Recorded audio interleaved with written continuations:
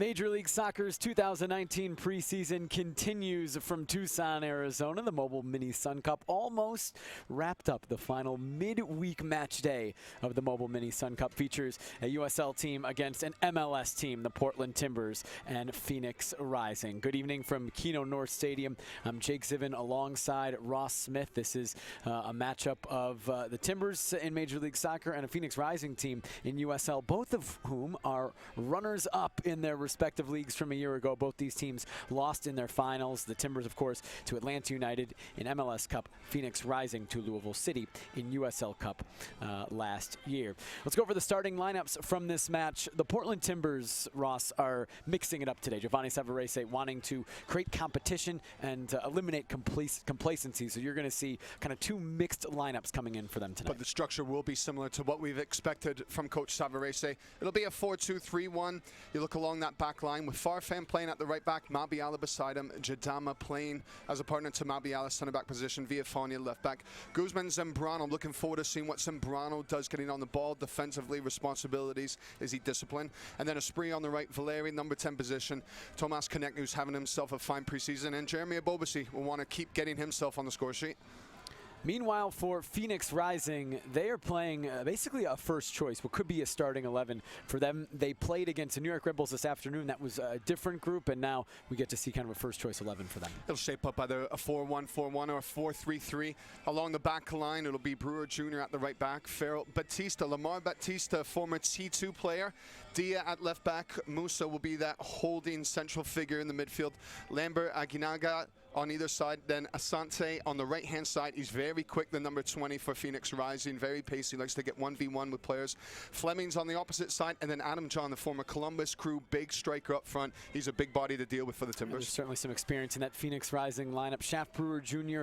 Here as a guest player. He's signed to LAFC. Lamar Batista, he's here as a guest player as well. Not yet officially signed to LAFC. The reports are that he will sign with that club in Major League Soccer. There's Larry Smabiala. He's part of a starting group for the Timbers today, alongside Marco Farfan, who we see at the top of your screen, continuing to play right back in this match. It'll be a normal 90-minute match. We'll see subs throughout for both teams, and we're underway. The Portland Timbers and Phoenix Rising, the penultimate match of the Mobile Mini Sun Cup for both these teams. It's interesting right off the start, the pass from Guzman, just going up in the air to Villafania. A little lax, and that is the big theme coming into today. Chatting with Giovanni Savarese, head coach of the Timbers, he was wanting to say we need to be more urgent. We need to be what you would say more at it, with more committed and more intensity about the Timbers play. Well, this is a decent start. Can Espria get to it? He's not going to be able to. Joseph Farrell sweeps away only as far as David Guzman, then poked towards midfield. Adam John gets possession for Phoenix.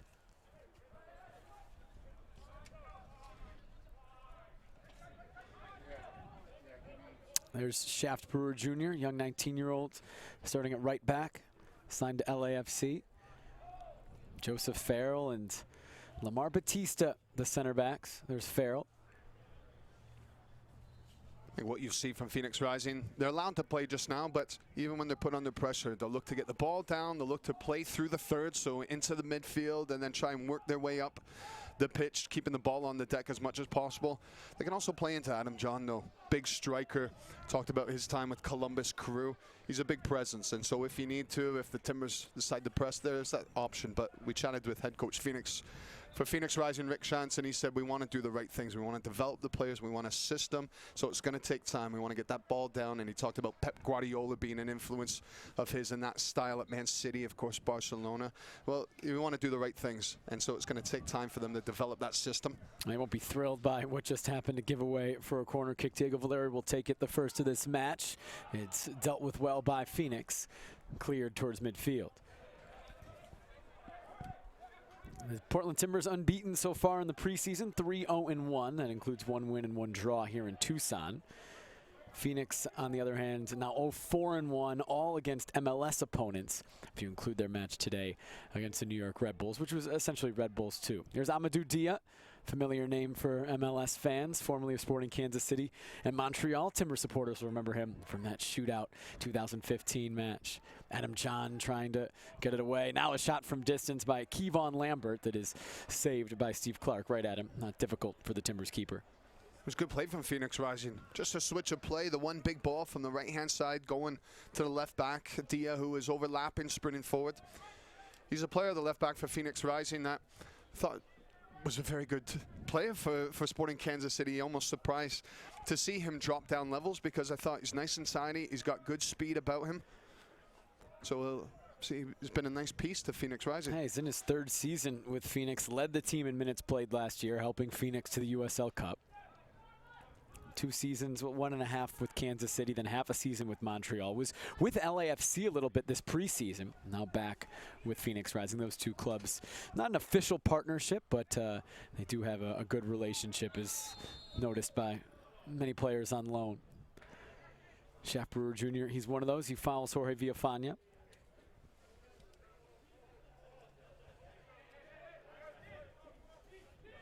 They're very athletic. Phoenix Rising, they can get across the ground very quickly. Direct towards Espria. That comes off of Dia. Ebobisi, Valeri in the box. Oh, it's towards Ebobisi. He gets a touch. But a little, maybe too much contact from Joseph Farrell, doing enough to keep Ebobisi away from it. It's good play from the Timbers. Started with that big long diagonal ball from Guzman. Just seeing Espria trying to run in behind Dia. Dia got the initial clearance. Thought he did well just to get something on it, but Espria just keeping up with the play. Put it right into the stride of Ebobisi, but good defending.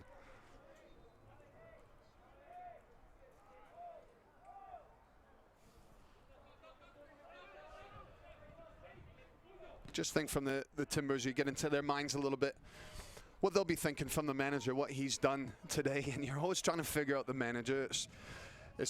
Everyone talks about preseason and the physical anguish, but also there's a mental side to it and can be exhausting as you're constantly trying to figure out what the manager is up to. And so the players, again, they'll be thinking, right, what's he thinking?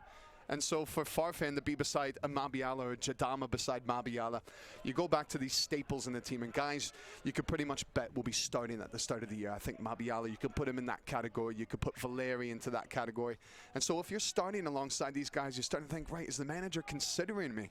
And so that's where Giovanni Savarese didn't want complacency in the squad. He wanted to be able to keep players on their toes and make sure that they have a point to prove when they get on the pitch today.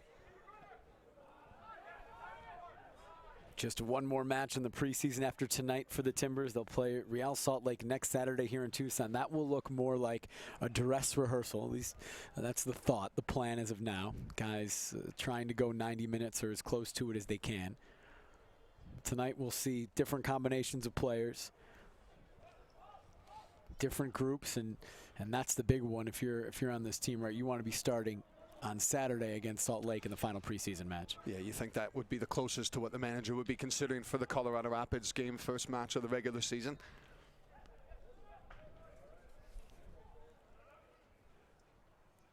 Junior Flemings, defended by Espria, wins a throw for Phoenix. Actually, I think it's a foul called on Espria.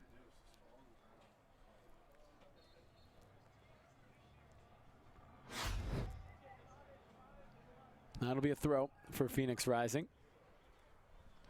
Ball back into play. Junior Flemings, new signing for Phoenix, was with Tampa Bay last year. 6 goals, second on the team, 23-year-old Jamaican.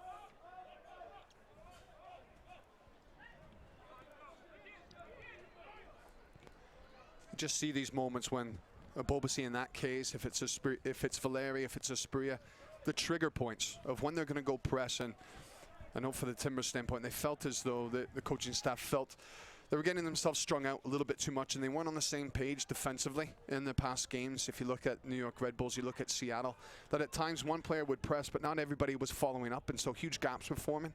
So pay attention to how compact the Timbers team are defensively and to make sure they're on the same page. Asante couldn't connect with Aguinaga. So you have these trigger points. If there's a particular player perhaps on Phoenix Rising who has the ball in a certain area of the pitch, that could be a trigger for the team, right? And this is when we go. This is when we start to squeeze.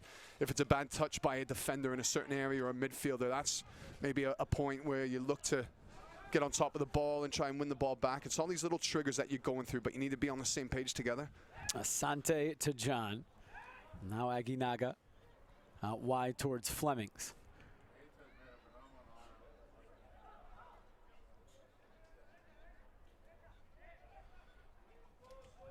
You mentioned those two matches, Ross, against New York and Seattle. Timbers drew with the Red Bulls 2-2. They beat Seattle 2-1. But those were kind of second choice lineups, you could say, for both the Red Bulls and the Sounders. The Timbers played what could be considered, at least from the beginning, a starting 11. Both those matches seemed like it took the Timbers a little bit to get into the match. Conceded the first goal in both, the first two against New York, before coming back into the game. It almost seemed to wake them up, didn't it, the Timbers, recognizing that they couldn't just go out there and all of a sudden the names on the back of the shirt, so to speak, would win them the game. Just because on paper they were a stronger side, it didn't translate necessarily on the pitch, and they realized that they had to up their game. They had to be sharper. They had to do all the little things right, that they couldn't just stroll out on the pitch and, as I say, take over the match. Once they did, though, you started to see some good things, and I look at Andy Polo coming on against the Red Bulls when he came on as substitute. That's some of the best stuff we've seen from him, and that was echoed by the manager, Giovanni Savarese. Some of the things Polo was doing, he was direct. It was as though he was playing with a little bit of anger. I think you see that with number 19, Tomas Konechny. He's playing with an added bite to him in this preseason, and he's trying to, of course, win his spot in the starting 11. But you want to see that from all the players, especially as the time draws closer towards the Colorado Rapids. You want guys who are playing with that intensity that you know are going to be showing that come the day one of the regular season.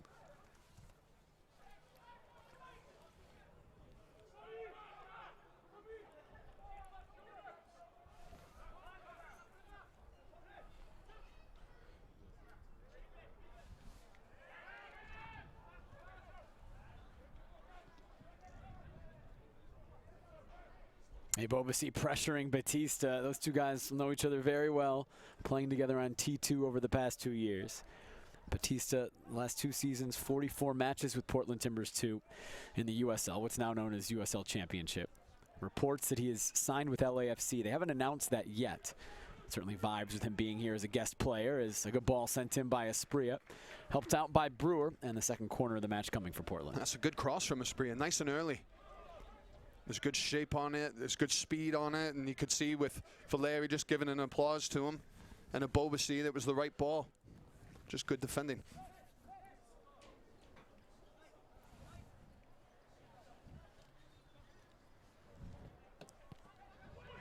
This one to the back post, and again, it's dealt with well by Phoenix. It was Farrell getting it clear. Zambrano ambitious from 45, and it's well out of this complex here at Keno North Stadium. Yeah, almost over anxious to make an impression, Zambrano. 24-year-old, signed from T2 in the offseason. Along with Marvin Loria, two guys signed from a successful T2 squad a year ago, made it to the USL playoffs for the first time ever, lost to Phoenix Rising in the first round of the USL playoffs on Phoenix's run as a 3 seed all the way to USL Cup. Again, you're getting a little taste of Phoenix Rising, their willingness to play out, and Dia just a little nutmeg on Asprilla. Chatting to the coach of Phoenix Rising, he said it's been a tough preseason for us, and that's always going to come when you're playing up against MLS caliber teams, and Minnesota United, Sporting Kansas City that they've gone up against, the Red Bulls that they've gone up against, and so results haven't been too kind to them. And so for them to try and implement this style, getting the ball down, it's difficult when you're going up against this caliber of players, of teams, is what the manager said. But they're going to continue to plug ahead and continue to go forward, believe in that results will come. And when they do start playing against their USL opponents, this style of play will serve them well. They lost 5-2 to New York Red Bulls earlier today, though that was a New York Red Bulls 2 team and kind of a Phoenix Rising, at least backups and guys mixed in from FC Tucson. There's Rick Shantz, the head coach, Phoenix Rising, in his first full season, his second year, took over midway last year as an interim. Went to the University of Portland, made it to the 1995 College Cup. He was on that team. Free kick set in, it got to Mabiala. defender there as well, and then Konechny fouls Dia in the box. It was a good ball. It was there for Mabiala. We've seen in this preseason, Mabiala, he's had a few chances to get on the end of crosses. Hasn't quite come off for him so far. Was great last year, 5 goals. Most for a defender in MLS in 2018. All of those off set pieces, essentially. A few direct from corner kicks.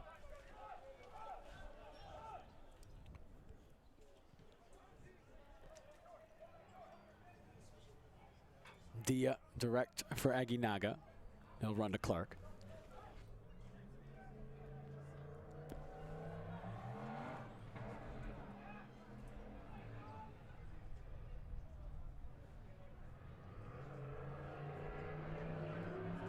Doesn't come off there, but that'll be important, is to link up with Abobasi and Valeri. From the Timber standpoint, playing against the Red Bulls, at times they almost needed to go direct. Oh, they're pressing Lamar Batista, who has not had an easy 14 minutes against guys that know him well, his former organization. And the players will see that. You sense it. You can almost smell the nervousness that comes off players. And I mean, credit to them. They've tried to go back to him again, but when you're on the opposition and you know that a player's having a tough time, you want to continue to get into them. Make things difficult. It was savvy of what he did just there, collecting that ball inside the box. Inside. Yeah, so they had to retake the goal kick with pressure on.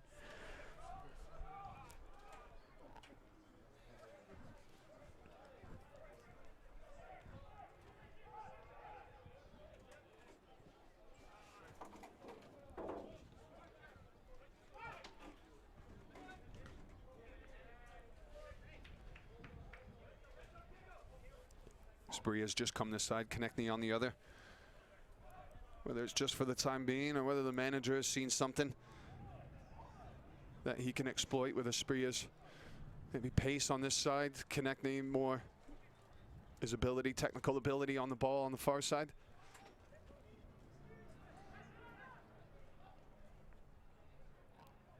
Zambrano takes it away, and good recovery from Kevon Lambert to win it back for Phoenix. It was a huge problem for Phoenix Rising when they played their preseason match against Real Salt Lake. They lost 4-1 in that match, and there was a huge gaping hole right through the middle of the park. And then he just thought, in that match, Musa, as good as he was on the ball at times, he was just leaving his defensive responsibilities, and he was leaving a huge hole for RSL to get into. Whereas you're just noticing him, he's more sitting what you call on the toes of center backs now to start this match, keeping everything in front of him, making sure that there's not that gap for Valeri to get into.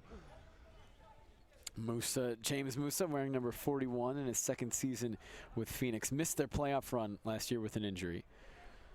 Spent a year with Sporting Kansas City, played 1 MLS match. Wasn't really quite a year. He was signed to Swope Park Rangers, was signed for that match. Got a start for them before going back down to the USL level with Phoenix a year ago.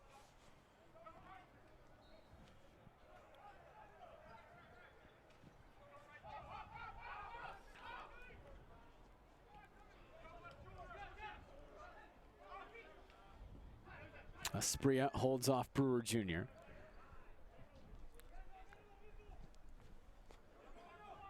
Farfan towards Valeri. Tried to touch it over to Spria. Farrell's going to come handle it for Phoenix. Mabiala whistled for a foul. Timbers disagree with the call.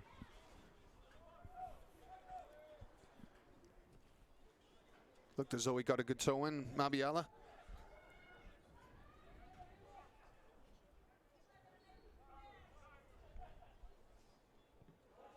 Just see with Musa, he'll drop in between the center backs, split the center backs, get the full backs further up the pitch.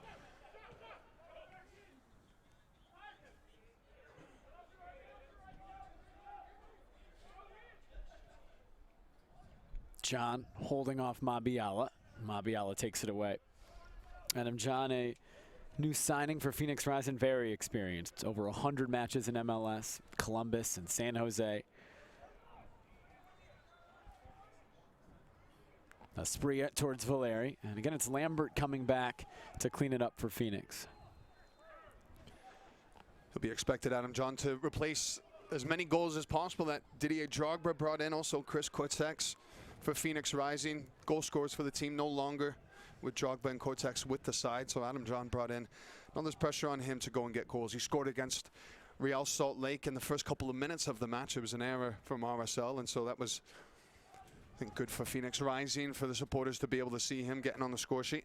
Yeah, Chris Cortez, their leading scorer last year, now in Thailand, going on certainly a career journey. Continuing his career there, was a really good goal scorer for them. And Didier Drogba, well, everybody knows what he can do. It'll be different for Phoenix this year without him on the field.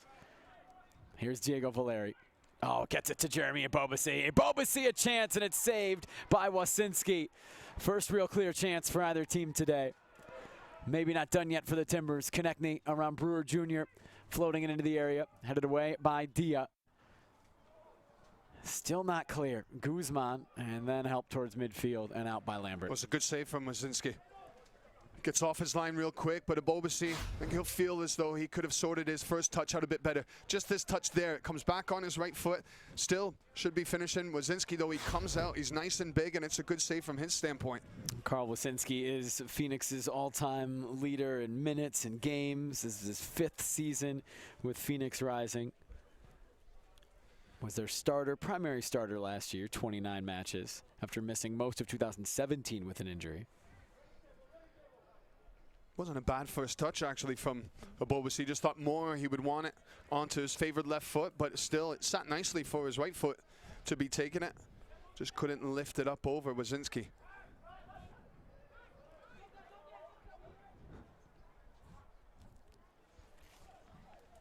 It's a position battle. The number 9 for the Timbers. Oh, Valeri might get there. Farrell just does.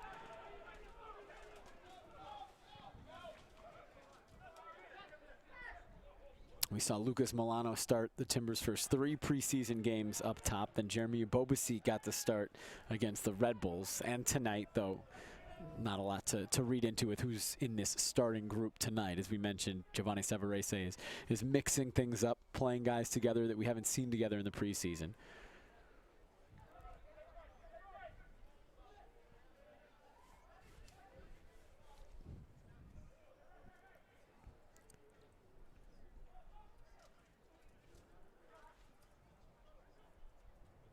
Renzo Zambrano through for Esprilla.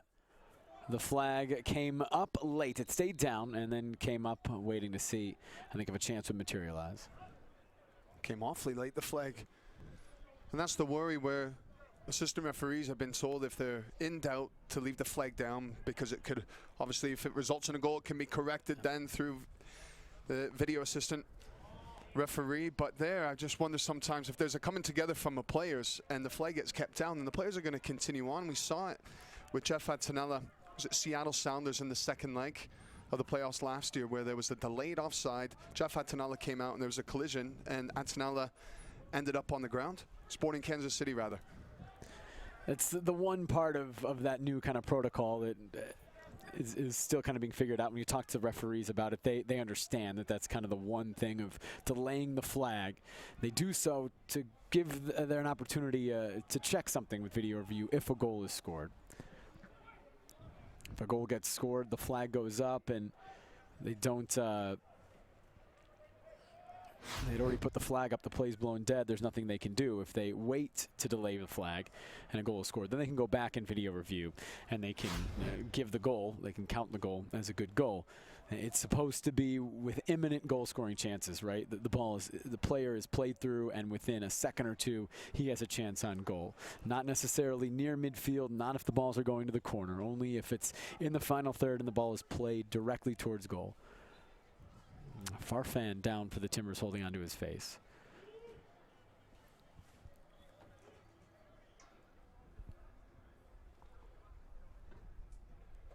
Tyrone Esprilla calling over the athletic training staff.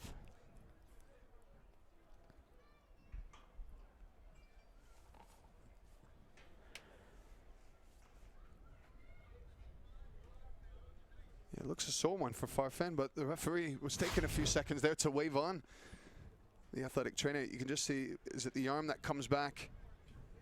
Seems to catch Farfan.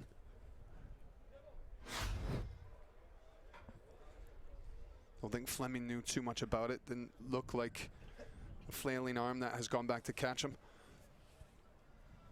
More just Farfan getting in so tight. Daniel Radford, the referee today. We've seen Marco Farfan at right back a few times this preseason. We see it again today. I just think it's challenging if you're playing, well, you could say out of position, if you're playing where your weaker foot is on the outside, and so for Farfan, his stronger foot's obviously left foot. And so you take away some of the pitch that you want to open up. So if the ball comes to his right peg, he's going to want to shift it back into his left foot. And so you don't get to have those slip passes down that right-hand side as much. But what you do have is then a fullback who perhaps wants to cut in, wants to see more infield passes. So you lose a little, but maybe you gain a little bit as well. Giovanni Savarese having a chat with the fourth official.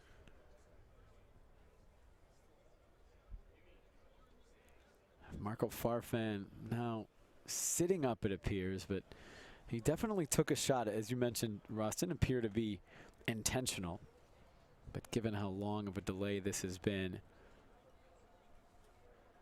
He was in some pain, wasn't he? Just holding on to his face, and it does look to be concern on the medical staff for the Timbers. Timbers signed a right back today, Jorge Moreira from River Plate. Experienced, over 17 caps, over 15 caps with Paraguay, and last 3 years with River Plate. Before that, a wonderfully accomplished career in his native Paraguay. Marco Farfan to his feet now. Still kind of seems like trying to get his bearings, collect his bearings, still in pain. Just wonder if he took a knock right in the eye. That could be a sore one if you're getting a hand or if you're getting a finger right in the eye. John McGregor, Timbers athletic trainer, Alex Margarito there as well.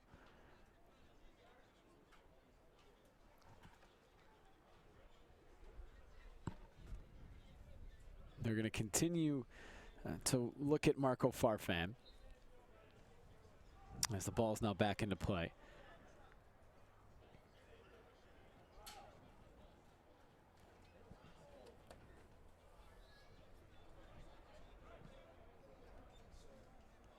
Fleming's running at Espria, who has shifted back to cover the right back spot. Timbers temporarily down a man with Farfan still off the field.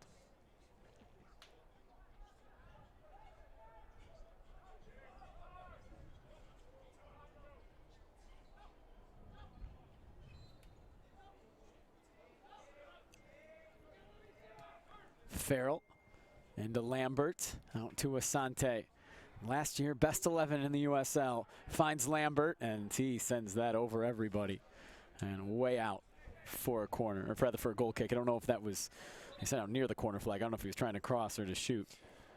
And Timbers are going to make a sub, so Marco Farfan's day is done, and Zarek Valentin is going to come on it right back. A little earlier, certainly, than he was expecting to come on today, but we see him now in the 25th minute, 26th minute, into the 27th, and tough for Marco Farfan. Here comes Phoenix, testing Valentin right away. He's up to the task. Straight into full sprint for Valentin. I think he's come straight off the bench where he's got the big puffy warm coat on, and he's had to quickly get those hamstrings warmed up. You talk about competition for places, and for the manager, Savarese, wanting to change things around, different partnerships. Valentin, he's going to feel as though he really needs to up his game even more. He obviously had a very, very good, solid season last year. Signed a new contract, an extended contract at the end of the year. But now all of a sudden, you mentioned with the new right back signing coming in, obviously there'll be thoughts of, could he be the starter for the Timbers along the back line? Flemings combines, Clark well off his line to smother it. It's done well, Clark. Clark's had a good preseason. So when he's been featuring in the games and he's come up with big saves, ball at his feet. He's confident as he's always been. He was brought back to the team, came in August of last year. Started 6 matches, played in 8 as Jeff Adenella dealt with some injuries late. Brought back to continue to back up, I shouldn't even say continue to back up Jeff Adenella. That could, of course, be a position battle, but to provide competition in the goalkeeping group for the Timbers. Here's Konechny combining with Asprilla, taken away by Batista. It's a good step from Batista. He's settling in just a little bit more after the initial nerves to start this match. Yeah, you'd have to think he will put some pressure on himself to play well. He was in this organization for 2 years with Timbers too. Again, reports that he's been signed by LAFC, and now he's here as a guest player with Phoenix for this match.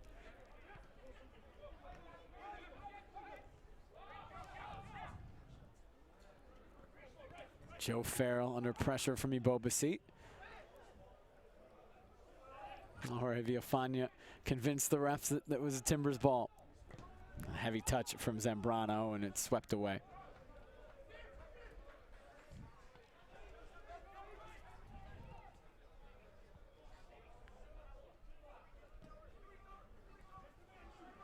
Villafana trying to get over Brewer, who plays it safe.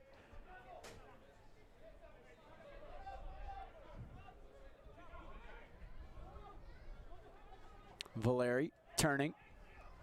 Asprilla. Oh, Asprilla, a good chance. It's right at Wasinski.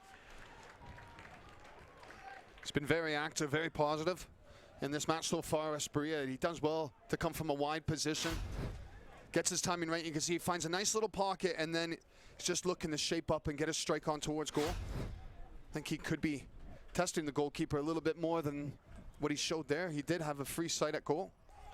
Speaking of position battles, that spot on the right wing is got to be one of the most contested ones for the Timbers, as Konechny tried to take advantage of the giveaway, and Farrell read that really well to keep it from Valeri. Valentine and Flemings in a foot race. Flemings will get there.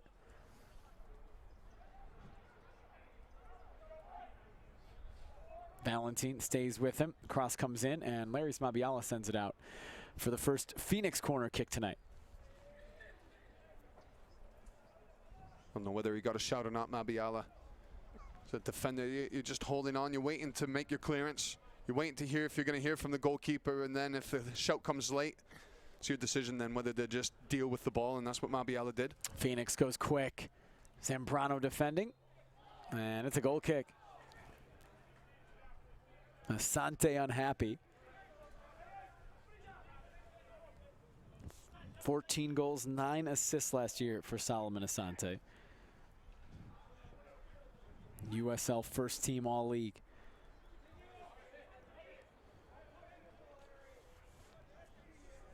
Asante for Phoenix. He created 108 chances last year, 71 more than the next closest guy on the team. So much of their offense, their attack went through him last year. Successful season for Phoenix, finished 3rd in the regular season in USL on 63 points, 19-9-6. Made it to USL Cup, where they lost 1-0 at Louisville City. Konechny pokes it away. Ibobasi wide to Villafana. Konechny cut it off. Now Zambrano.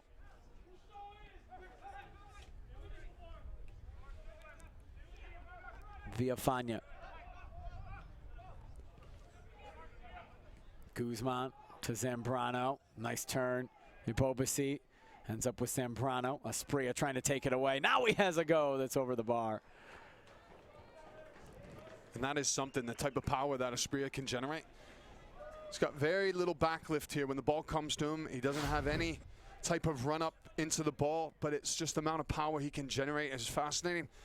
Just look at that. His first touch, he's trying to bang it out towards goal, and it is flying.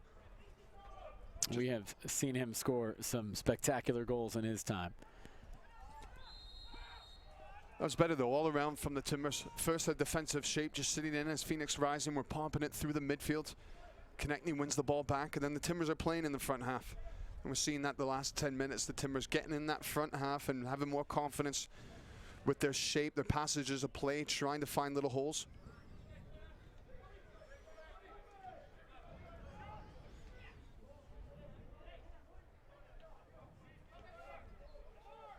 It's also a good run from Zambrano in that last phase where it found Asprilla for the strike.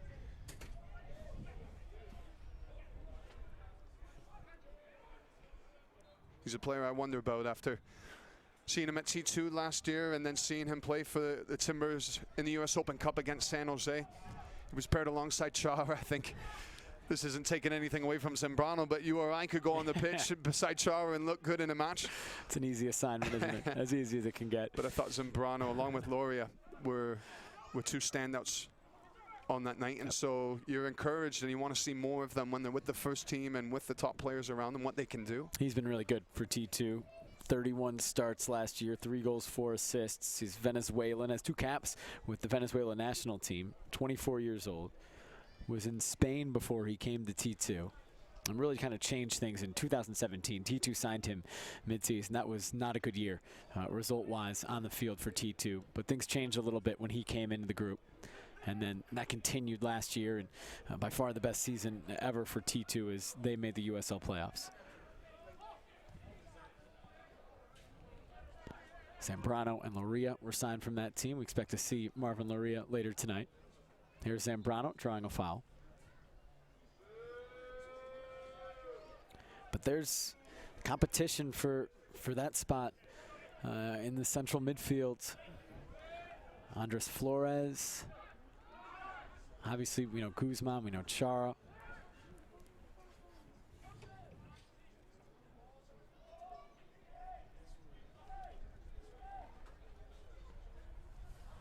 Eric Williamson, another guy that'll play in that spot.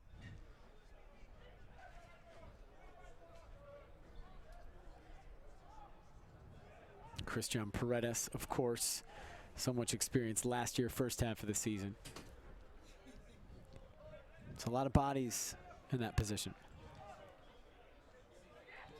Farrell into John. Aguinaga trying to get it to Lambert. Lambert leaves for John. Might still get onto it. It was a good run from Lambert, but Valentin, he tracked him well. And he had to tuck in Valentin. Instead of just staying out in his right back position, he could see that there was a gap coming through the middle. And he did well just to tuck it and make sure that Lambert, he wasn't going through on goal. Here's Asprilla out wide. Asprilla to the end line. Wasinski tried to keep that from going out, and he was able to. Just think earlier when Asprilla has put in a cross in this match, and he hit it almost first time, and he's hit it early. And needed that again. And Abobasi had made his run. He got the other side of his defender. He needed an early cross in from Asprilla. Instead, Asprilla took a couple of touches and allowed the defender to set. And Abobasi already made his run by then outside the post. It was too late.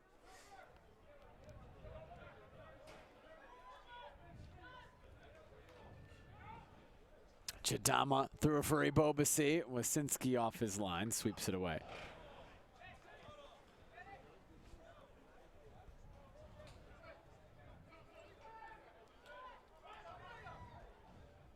Timbers are getting 3 subs ready. You can see them walking to the 4th official on the bottom of the screen.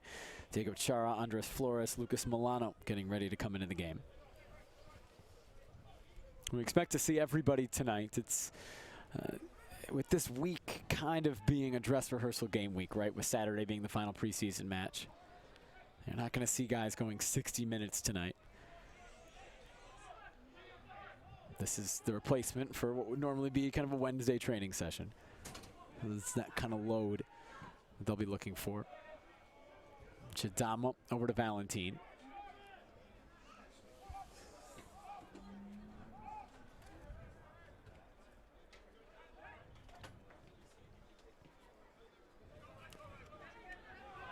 Konechny into Guzman. Guzman, good chance. And it's blocked. Another good look for the Timbers. They've gotten a few opportunities, but they haven't really been able to challenge Wasinski. And here comes Phoenix. Asante.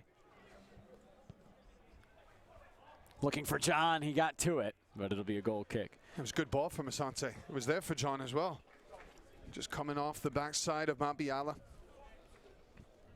prior to then, the Timbers, and I talked about Phoenix Rising against RSL, how there was a big hole in the middle of the park. Well, starting to find the Timbers find that gap a little bit more with runs coming out from Zambrano and Guzman. But you go back to then Phoenix Rising going the other way. Thumbs up from John as he knows that's a good ball from Asante. Substitutions now coming for the Timbers. Ebobisi off, Milano on, Zambrano off, Chara on, and Guzman is going to come off for Andres Flores. So 3 subs at this point. Also, Marco Farfan subbed off earlier for Zarek Valentin. Guzman close to scoring, had a chance to score on his final touch of the match, but was unable to challenge Wasinski, who made one really good save on Ebobisi earlier. Now here's Milano.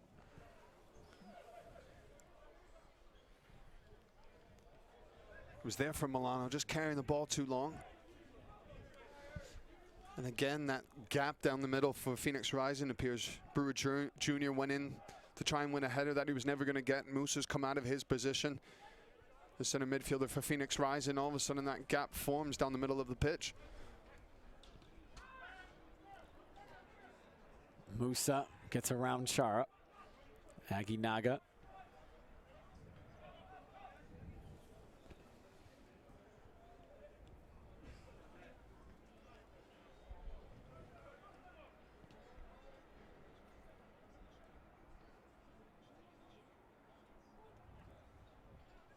Chara takes it away. It's clean. Here come the Timbers.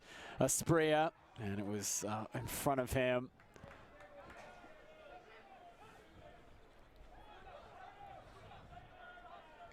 They've been winning the ball at the right times through the midfield. The Timbers and Chara's first real bite coming into the match. More or less just leans on Lambert. Not so much him winning the ball, but he's then trying to spring Asprilla through.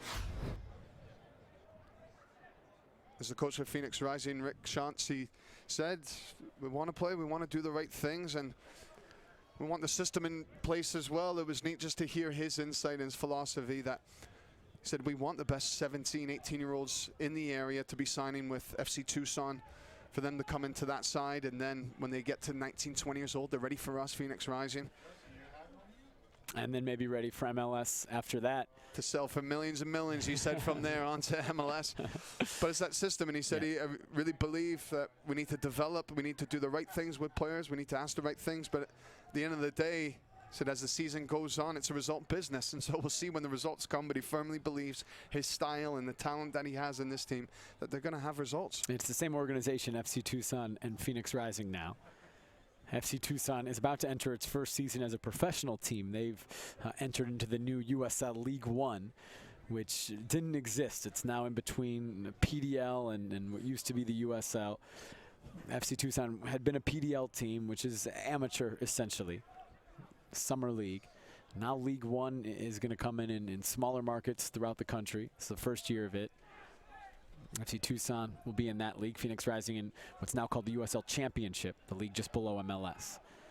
Valeri didn't get it right trying to get to Milano.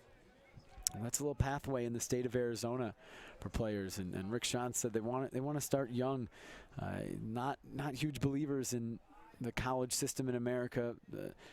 Its ability to develop players. That's certainly not a novel thought. I mean, that's so many think pieces about the college game's role in the U.S. Aguinaga into John. That's a great ball, and that's by far the best chance of the match for Phoenix. John's had a couple looks, and this one's a corner. Well, they're looking for the big new striker, aren't they? Just when Aguinaga gets on the ball and he's looking that slip pass, but Mabiala tracks him well. It's a ball that just gets beyond Jadama, and all of a sudden you think the Timbers are in trouble, but Mabiala, he tracks it so well. 12 goals in his MLS career, 6 seasons at him, John. We'll probably want that chance back. Asante into Lambert, and he sends it over.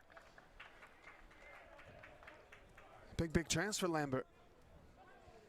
He's got the run on his marker. He's come across the ball well. Experienced player at 21, already 9 caps with Jamaica, had 4 starts in the 2017 Gold Cup. Played in the final against the U.S., was a late substitute in that 2017 final. Of course, won by the United States.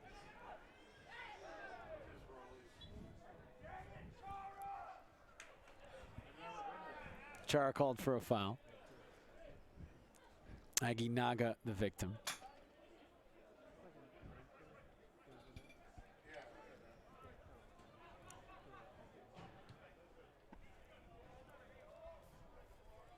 Shaft Brewer Jr. Valentine gets it clear. Dia steps up to win it. Flemings sends it way over. Ambitious from Flemings. And Timbers are playing quick. The half running down. This group out here in the first half, they'll want to try to get something on the scoreboard before halftime. They've grown into this first half. Thought for the Timbers they were slow starters, and Phoenix Rising were the better of the two teams, just getting on the ball. But then as the Timbers started to get themselves into the match, winning the ball higher up the pitch, getting the ball up in the front half and starting to break down Phoenix Rising, it was much more positive from the Timbers as the first half went on.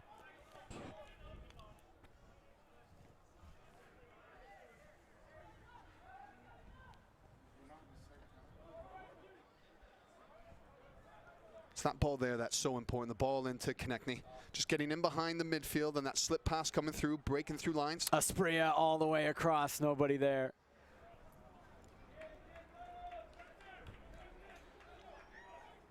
Well, he's more just putting it into an area rather than trying to pick out any players. So he wants to come inside the pitch, and then Asprilla head down. He's just flashing it across goal. Valeri would come towards the penalty spot. Milano, the front stick, and they weren't able to read that pass.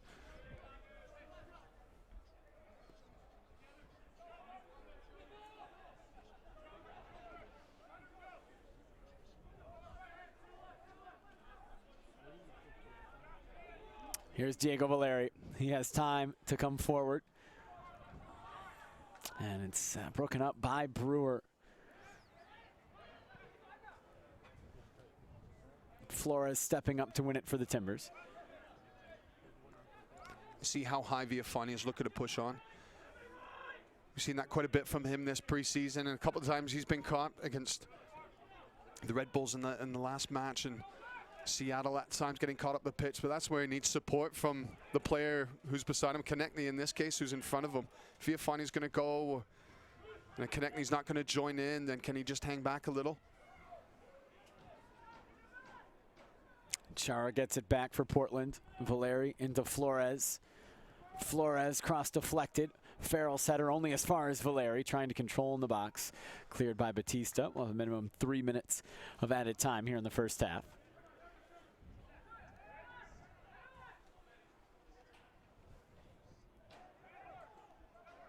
Batista with Milano pressuring. Keeps it for Phoenix.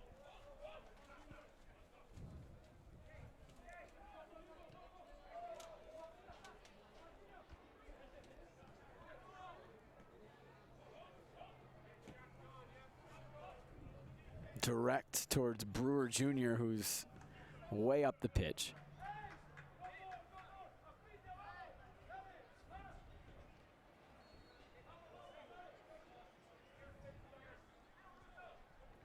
Adam John. Chitama blasted into the crowd, look out. That's when you're expecting a challenge to come in from a striker, and you know you need to go in strong. You can't lose out being the last man back. He went through so strong as though the foot was going to be dangled by John.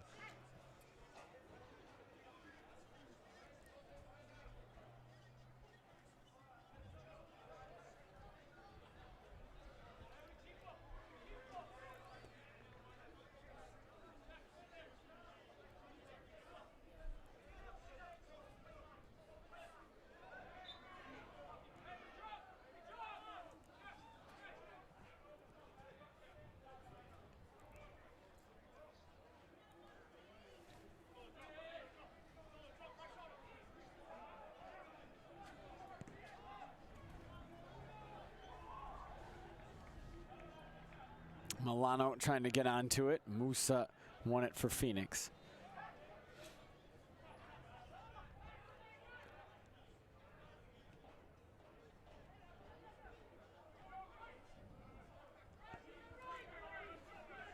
Villafana.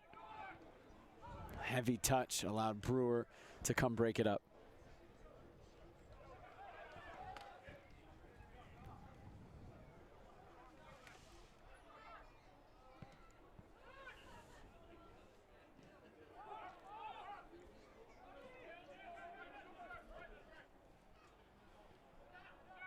Konechny, Valeri, Milano a little late to the run, and it's to Wasinski. Well, final seconds to this first half, Ross. What are your thoughts on what we saw? Well, this died down a little bit to end this half, but as I mentioned a few minutes ago from the Timber standpoint, and they started to get up to speed and they started to impose themselves on the game, and Phoenix Rising continued to be steadfast in their ways and continue to want to get the ball down and do all the right things as they build toward the opening part of their season. But the managers will be somewhat pleased, but want to see a little bit more. The urgency, the commitment, just for that to be upped in the second half. A scoreless 45 minutes here in Tucson for Diego Chara and the Timbers and Phoenix Rising FC. We're going to take a break at halftime. We'll come back with first half highlights and what we expect to be wholesale changes, not everybody, but big changes from Portland Timbers side in the second half. At the half of the Mobile Mini Sun Cup, Portland Timbers 0, Phoenix Rising 0.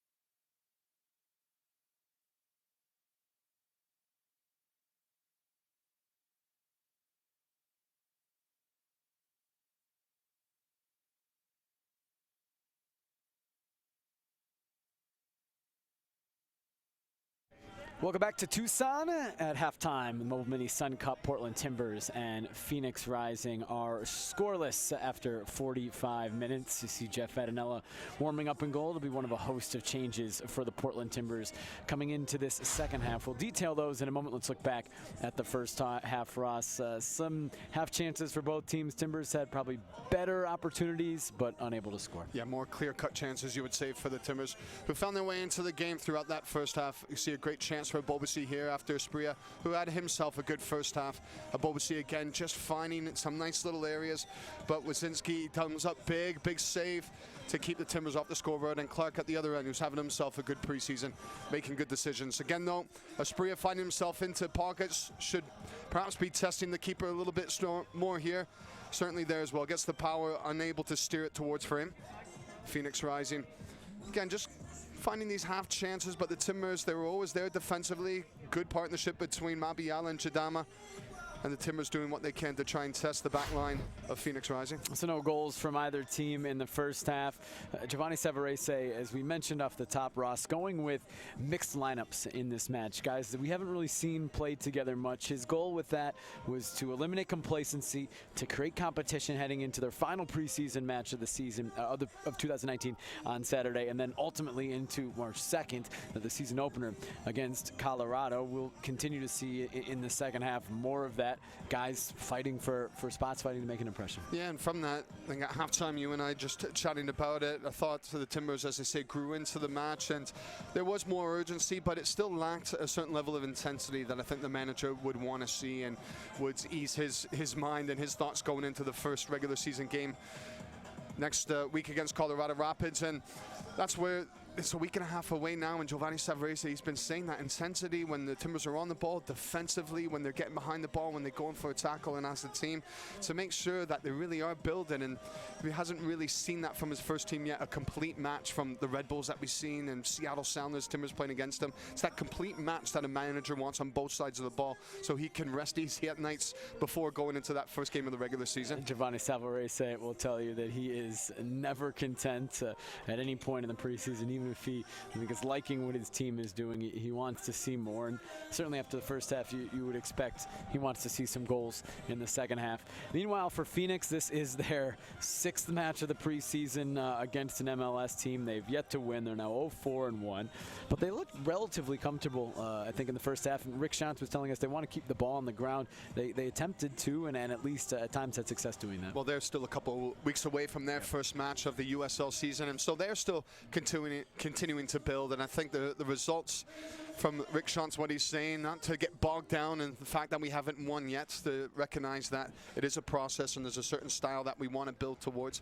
And so you can see that at times that they're going to be stubborn with their play, even when the ball's going into midfield, and if they're losing it, the ball will continue to go into the midfield. They'll continue to try and work through those thirds into the departments, into the midfield, into the striker, to try and really get on the same page in the system, knowing that when they do face USL opponents, they feel as though that'll be enough to get the results that they need. They'll start their season on March 9th at San Antonio FC, so just about a week after the Timbers start, MLS USL will start. So you expect Phoenix to be about a week behind in their fitness and their sharpness levels in the preseason. They will not make a substitution at halftime. Meanwhile, the Timbers will make a host of substitutions at this halftime, and it's going to be a chance for us to see the Portland Timbers debut of sorts for right back Jorge Moreira.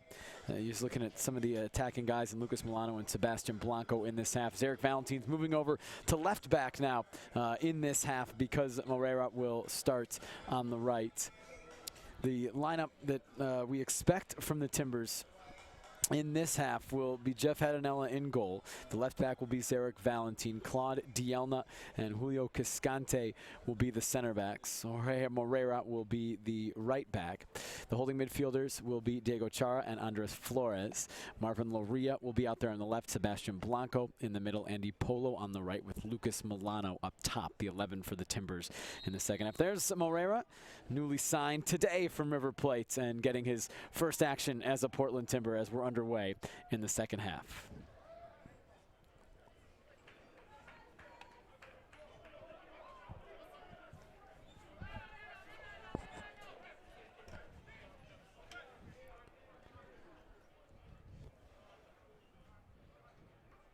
Couple players of particular interest, of course, the right back, number 2, Maria, just to see how he settles in, what he's like positional wise, what's he like getting on the ball, getting forward as well. That's been referenced a few times, just what he can add to the Timbers attack in that final third, and his relationship with Andy Polo will be vital.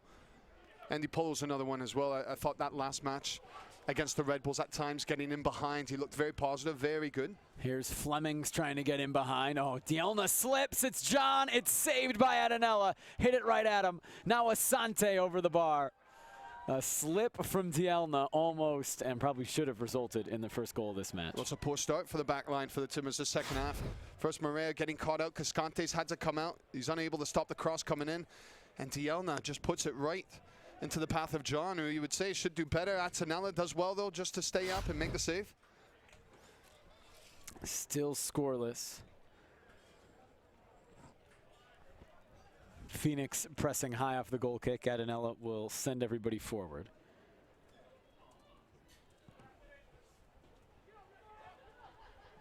Looking forward to seeing Blanco in that number 10 position as well. Luria off to the left-hand side. See what he does to come inside and combine, connect with Blanco.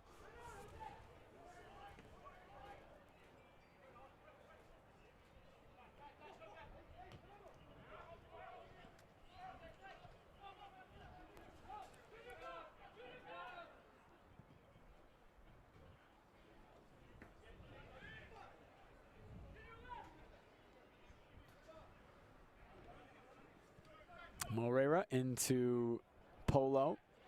Oh, a little nutmeg to get it back to Cascante, and then taken away. Musa. John. Chara broke it up momentarily. Flores gets it towards midfield, but it's Phoenix again.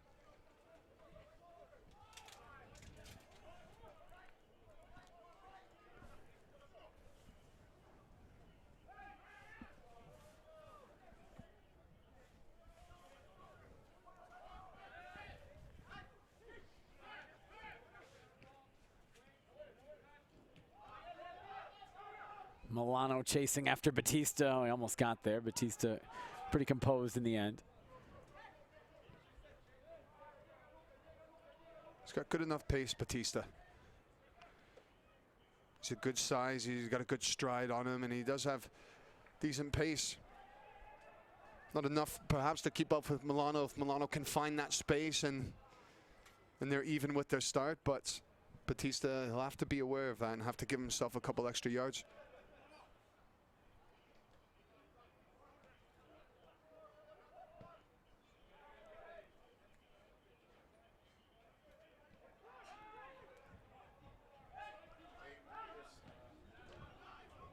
Flemings. Moreira steps in, wins it for the Timbers. Now Blanco. Still Sebastian Blanco. Sliding through for Diego Chara, and just too much for Chara's run. Nice and direct from the Timbers. But Musa, he opens up the whole pitch for the Timbers to run into as he commits himself into Chara. It's one pass around, and all of a sudden between Chara and Blanco, they're going right down the gut of Phoenix Rising.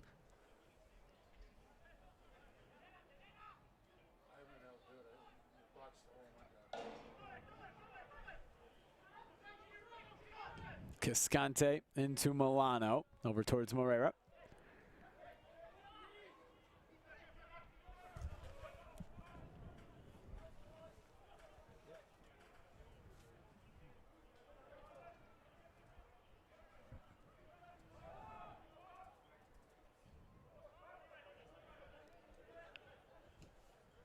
Cascante gives it away. Here's Flemings. Asante making a run. Instead, it's Aguinaga. Touch over to Musa. Back towards Aguinaga, but Cascante is going to get there. Clean things up enough, Cascante, after a poor pass.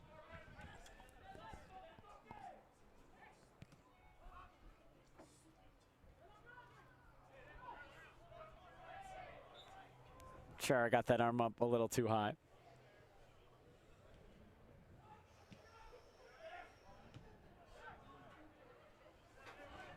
Aguinaga to Flemings. Musa, now Lambert.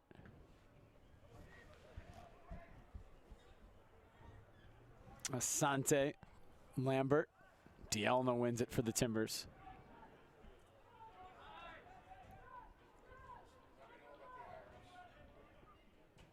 Valentine couldn't get it to Milano.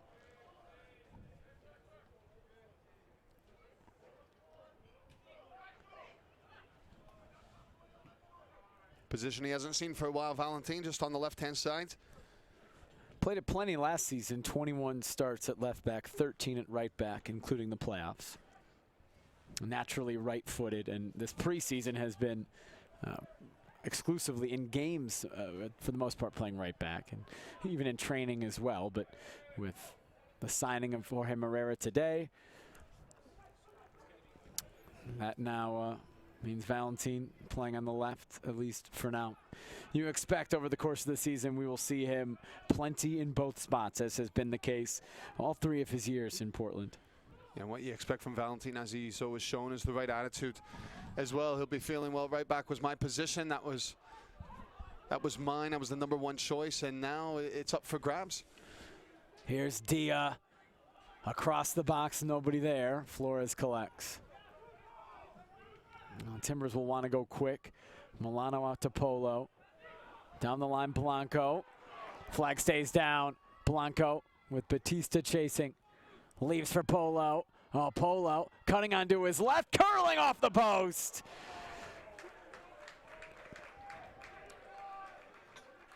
Well, Phoenix Rising feel that it was offside on Blanco initially.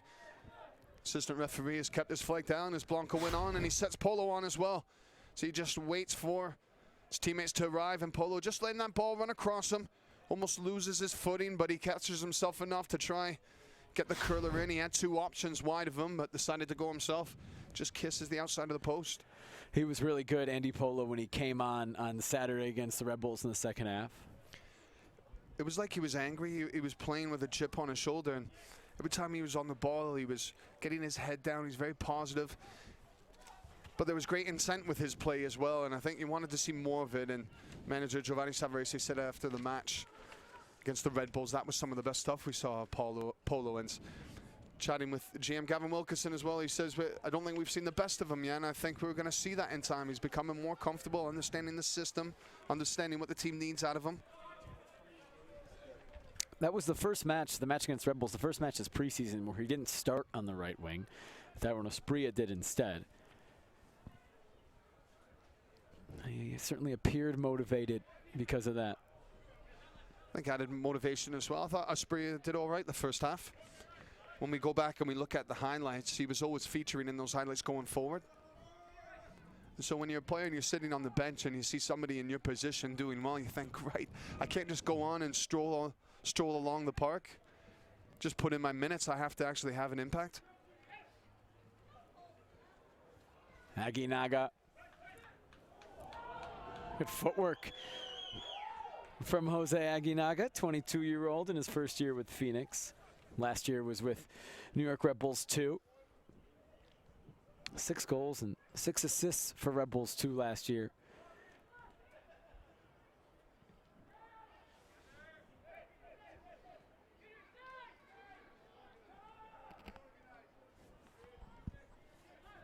Adanella tried to float it to Morera. It's going to be okay in the end, but Fleming's got there first.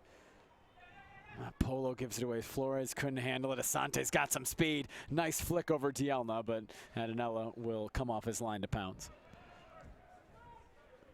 The pitch is playing a little bit quicker coming in the second half. The coolness in the air. The ball is zipping across the surface a little bit more.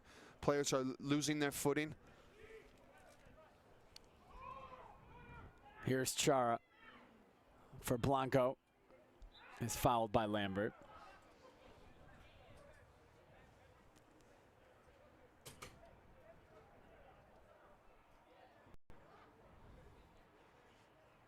A little support from the referee for a moment there. The referee was just holding Blanco up.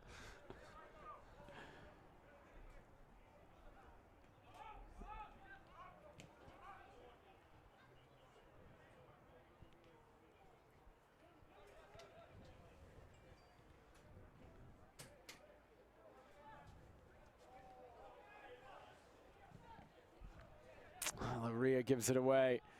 Phoenix will try to take advantage. Asante turning on the Jets, looking for John. It's behind him, and Moreira gets it to Chara. Salman Asante, mentioned last year, first team All-League. He's a really accomplished player, 28-year-old, has 17 caps with Ghana. This is his first time playing his club ball outside of the continent of Africa when he signed with Phoenix last year. And he had, I think, the expected impact on their team in his first season.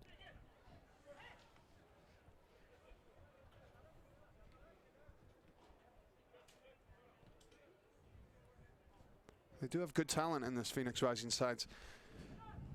And they do work together. They're willing to work together. Chatting with head coach Rick Chauncey had said that they've... Batista plays Fleming's behind.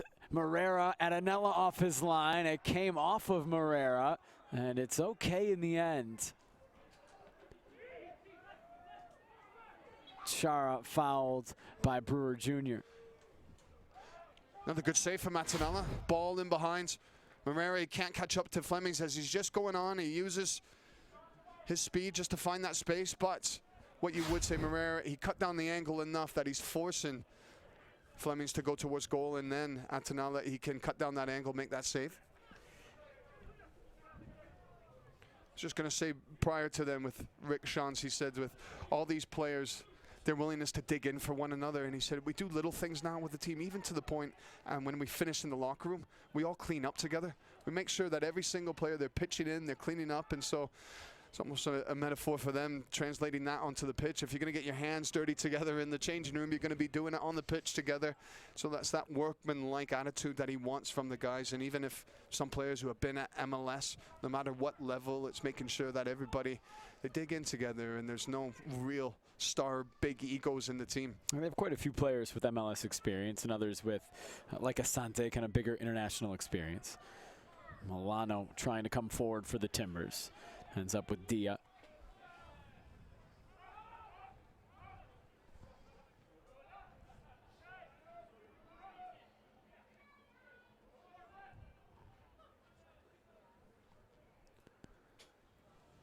It's just a little loose at times. Just the Luria, he hasn't settled into this second half. Cascante steps in. That's off of Lambert last. I think the worry always is with managers, for some players they'll think I can turn it on when I need to turn it on, whereas not every player can do that. Not every player can just think, right, you know what, I'm going to give it my best now and all of a sudden I'm going to have a great game. Well, you need to be doing the right things all the time. And so for a manager, you feel that, you know that, you want to see all the right things being done every single minute, every single game, match out in preseason. Cascante trying to get Polo behind. Batista is there to go back to Wasinski.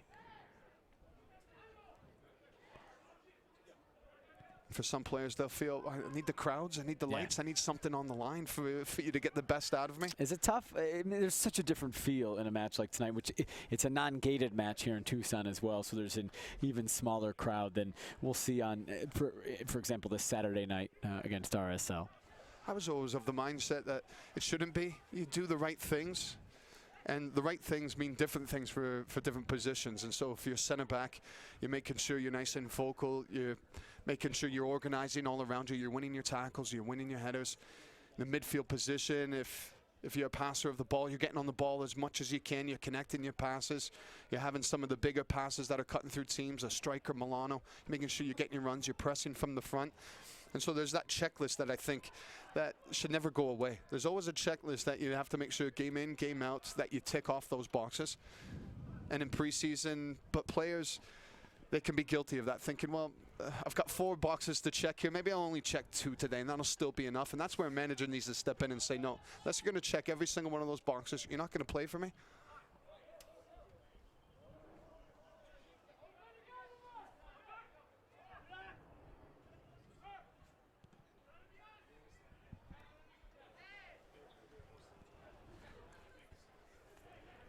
You're in your preseason. It's preseason for us, but you're not in preseason mode. I'm looking down at your notes and everything. It's the exact same as regular season for you.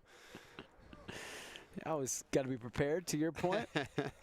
We check all the boxes. You're not, we check all the boxes. You're not here chucking in any matches here, Jake Sivan.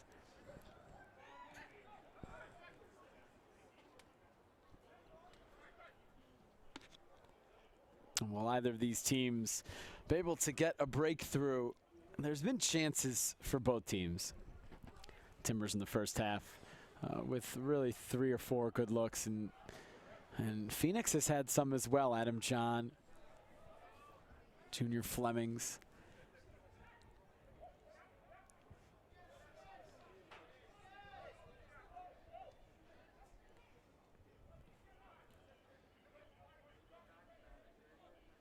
For these players, Phoenix Rising, it's almost a showcase match for them in a sense. They'll feel as though there's other MLS eyes on this game, other MLS opponents to the Timbers wanting to watch just to see how they're setting up the Timbers in this match. So for Phoenix Rising, they'll be thinking, right, it's a chance to impress. Great opportunity, right? Anytime you can play against a higher level of competition. Just wanting a little nibble, Chara. Daniel Radford gives him a little talking to.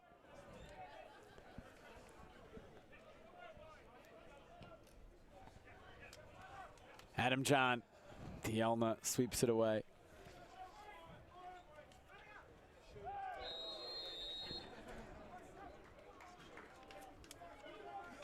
Intensity picking up maybe a little bit.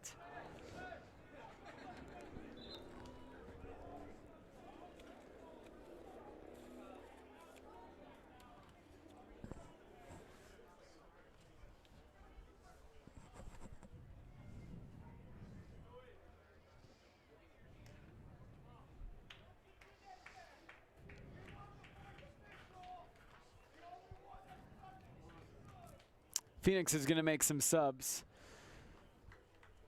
Lambert is off. Farrell and Batista are off. So the center backs come off and a central midfielder comes off. Coming on for Phoenix at center back, Luigi Mala and AJ Cochran. And in the midfield, Devin Vega.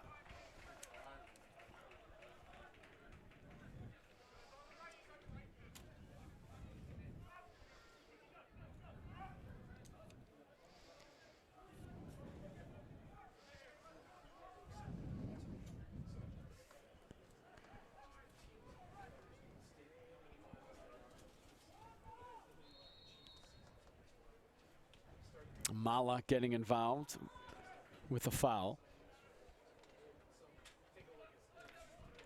Moreira down the line, keeps it in play. Chance to cross, and he wins a corner for the Timbers. Those are the areas we want to see more of Moreira. Just joining on the right back position, getting wide, getting the crosses in. Last 3 seasons with River Plate. Before that with Libertad in Paraguay, where he won 5 league titles. Dielna at the near post. It's another corner coming.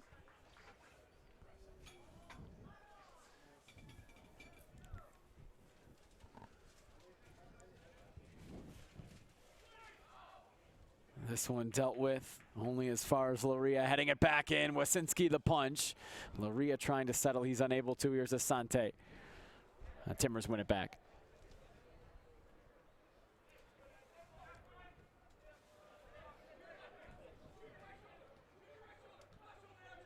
Blanco into Polo.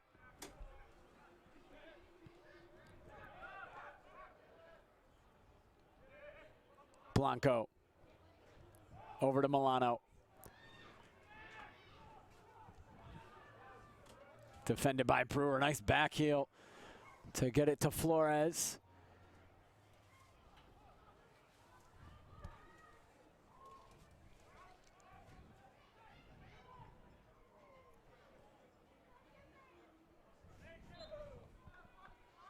Loria was offside. A little more lively from the Timbers in that final third.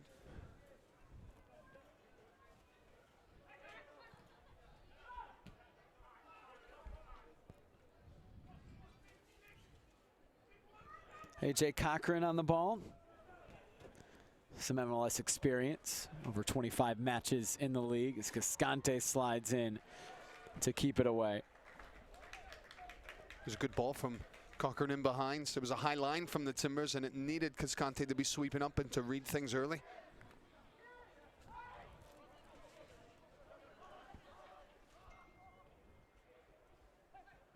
Flemings poked away by Morera. Here come the Timbers. Blanco with Polo on the right, broken up well by Cochran. Oh, he didn't know where the ball was. Now Milano turning and coming forward. Sliding back and knocking it away is Amadou Dia. One touch too many from Milano. That allowed Dia to come in, and it was a good challenge from the left back.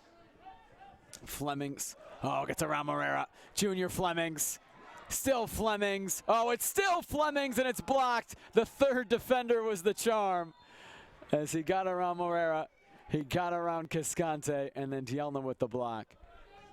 And offside in there, certainly after the Flemings shot. Well, he's gotten the better of Morera. Flemings has a couple of times, just getting in behind. And here when he's on the ball, he cuts in nice, and there's that space for him opening up. And again, he evades the challenge from Cascante. It needs Dielna coming back in, and it's a vital challenge from the left-sided center back. Blanco. He wanted a foul, he didn't get it. Vega up to Aguinaga. And now Flemings again. Morera trying to force him to the end line. He gets there, and he put in a good cross.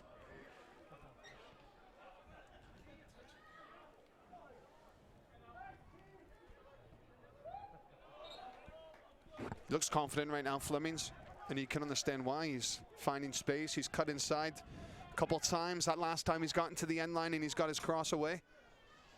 Last season with Tampa Bay, 2 years before that with Red Bulls 2.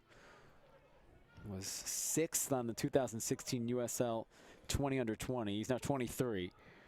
Had 16 goals in 2 seasons for Red Bulls 2. Part of their 2016 USL championship team. In his first year here in Phoenix.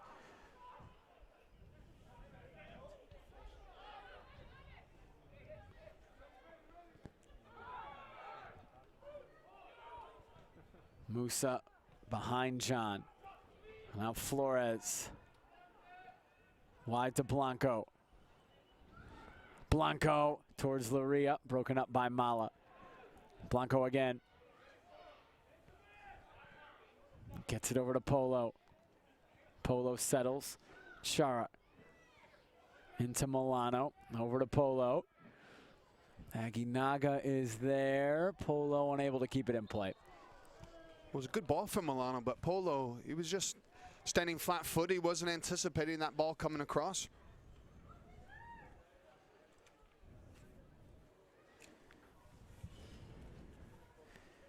Second year in Portland, Andy Polo, a Peruvian international.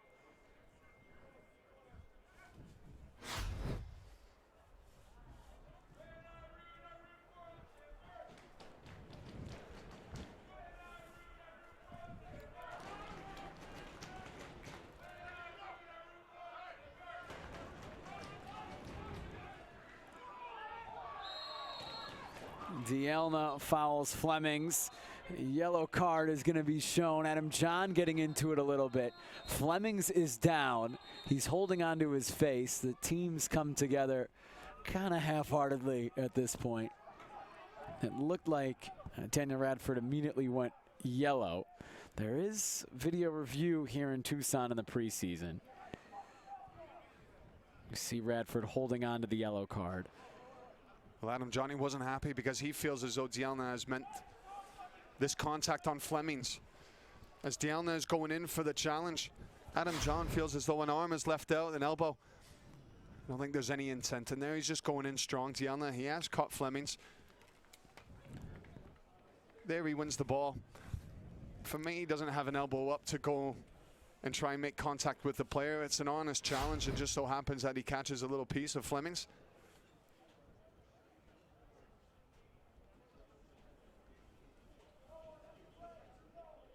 Flemings to his feet.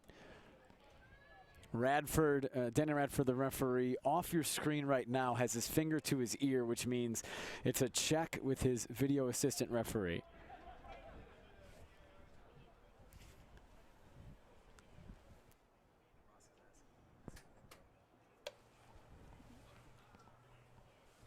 Still the check from Daniel Radford.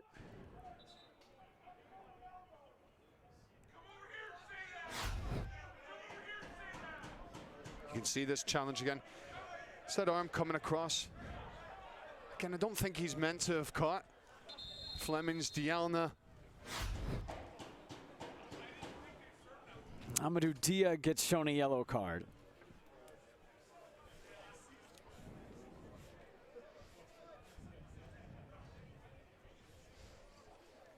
He doesn't really lead with the elbow, Dialna, and he's not lifting the elbow up. He's not using it, in my opinion, as a weapon to thrust in to Flemings.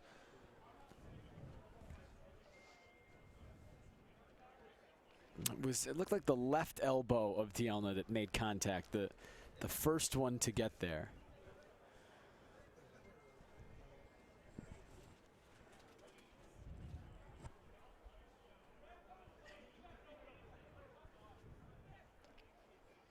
Taking a long time to get this back into play. Rick Schantz not too happy about this.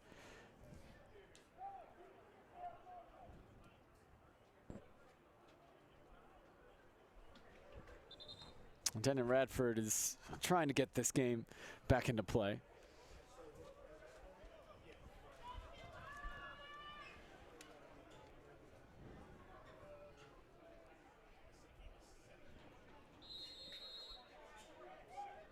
Aguinaga serving it into the box. High into the air. And bounces in a dangerous spot. Phoenix wants a handball. They don't get it. Here's Vega. Over to Flemings, who's back into the match.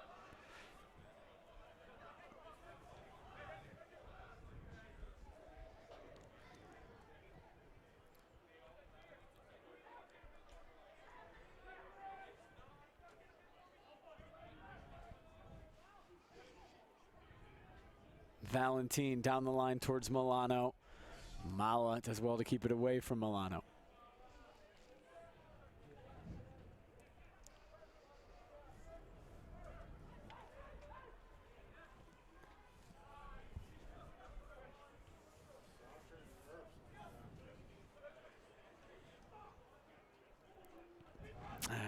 Vega just couldn't connect with Flemings. Now here come the Timbers. Chara.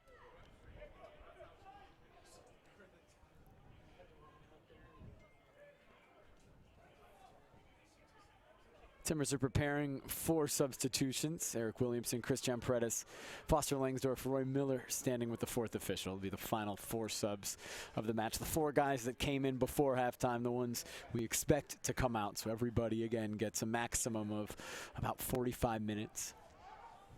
Some guys are going 30, some 20, some 45.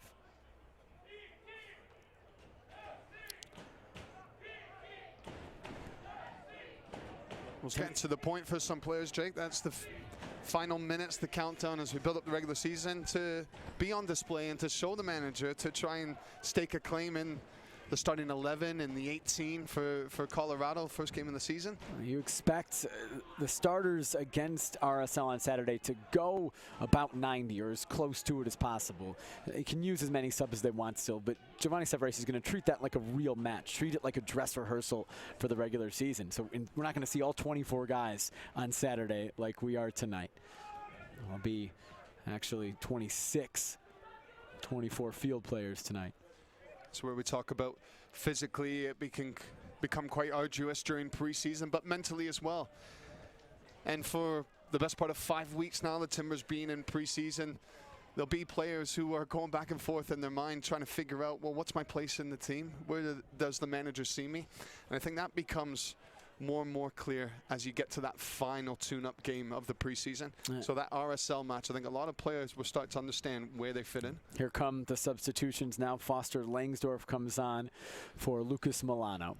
Andres Flores, Zarek Valentin, Diego Chara come out. Eric Williamson, Christian Paredes, and Roy Miller come on. Phoenix also has made a substitution. Jose Aguinaga has come off, and Colin Fernandez, former Chicago Fire homegrown, has come on.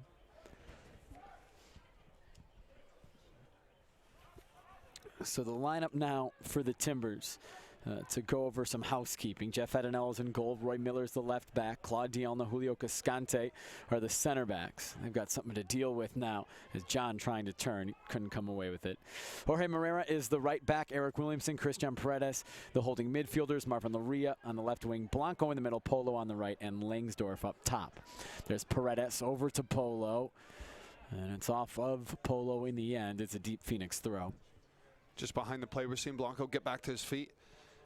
It was a sore one he took when he was getting on the ball. He almost twisted his ankle. Such an important player for the Timbers last year. Really turned it on at the end in the playoffs. 7 goals, 5 assists in the last 13 matches. That includes the playoffs. 10 and 11 overall just in the regular season. Entering his 3rd year with the Timbers. They have the players in the Timbers team who love that big occasion, who love when the pressure back against the walls is on. And that's where we say sometimes it's perhaps tough for these players who like the bright lights and the big moments, for them to turn it on in preseason matches such as this. Eric Williamson, he hasn't had a lot of game time. Neither has Foster Langsdorff. Those two guys, they'll be motivated tonight. They haven't a lot of game time in the preseason. I was just thinking that with Langsdorff, important for him to get his runs in, that he's sniffing around goal, that he finds himself half a chance in these minutes that he has. Foster Langsdorff, so good for T2 last year, 14 goals in 30 matches.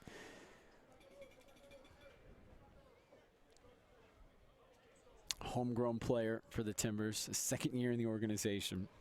You know, he'll be wanting to get MLS time, MLS minutes this year, but this is certainly a way to make an impression here in the preseason.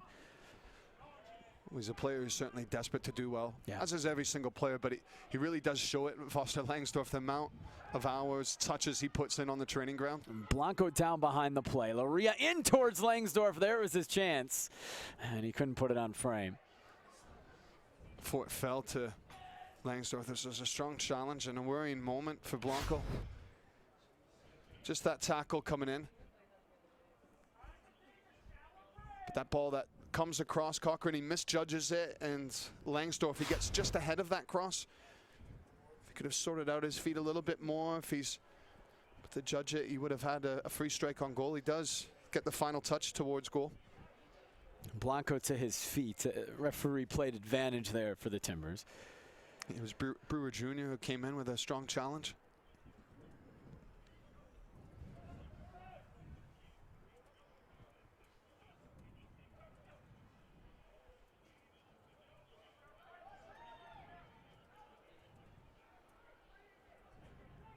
Paredes wide to Roy Miller. Miller into the area, came off Cochrane. He did enough to keep it away from Foster Langsdorff.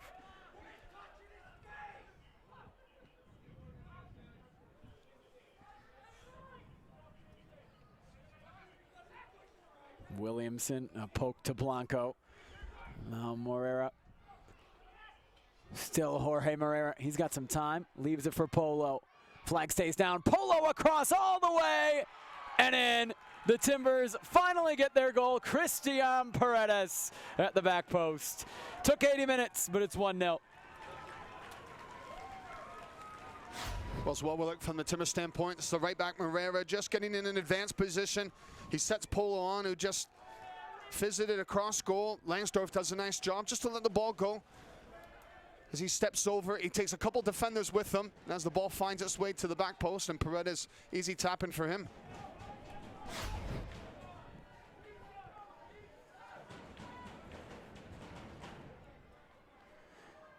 Paredes with the goal for now.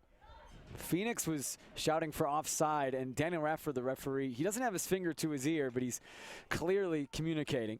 I just wonder, the offside shout either for Polo or for Langsdorff.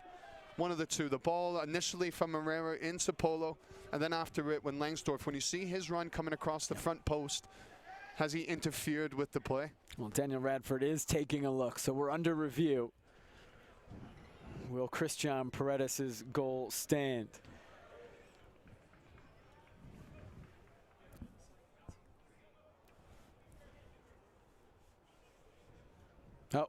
We've got it. It's a quick decision. No goal. You can hear it from Daniel Radford. It's offside.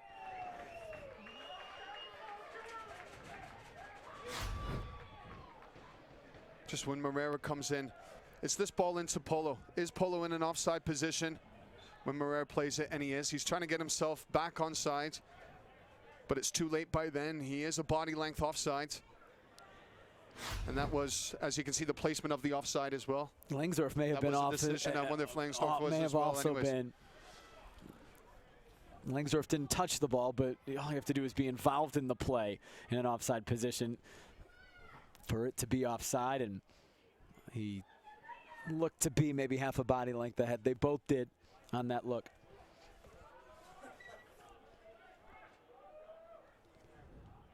Off the ball at times, though, you are seeing Andy Polo and Moreira communicate.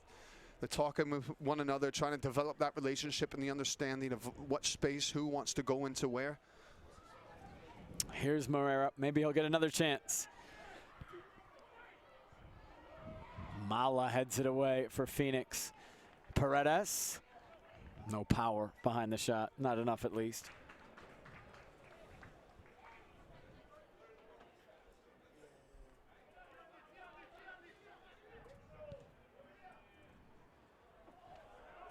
Paredes will be disappointed. I think he's a youngster this year. Could do with that little bit of confidence to get him going. A good goal for him to be able to get his name on that score sheet. What that would have done to boost his levels. Oh, Blanco, well done to leave it for Langsdorff. Now Polo. Polo, way over everybody. Too much on the cross. More lively, though, from the Timbers. It's been better. You can see there's more numbers being committed into the attack, into the final third. The movements are slightly more sharper in this second half.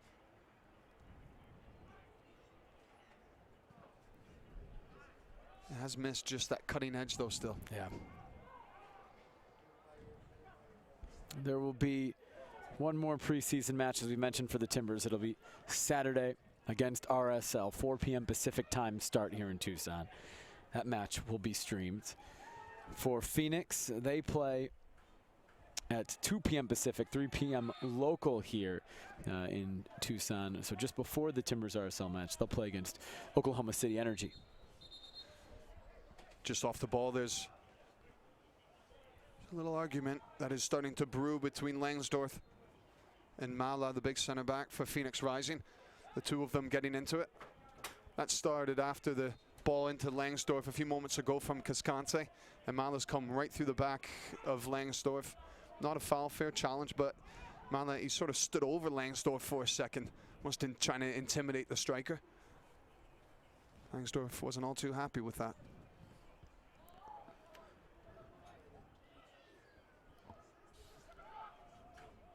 A little miscommunication maybe between Adanella and Dielna.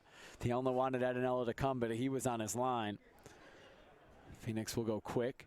Miller reads it, defends it, and gets it to midfield.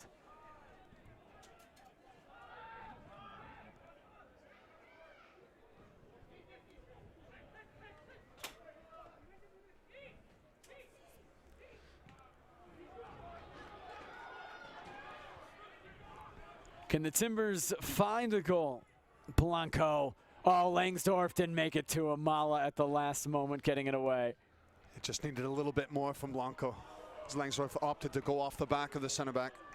Laria sliding in. He thought it was clean. Daniel Radford thought otherwise.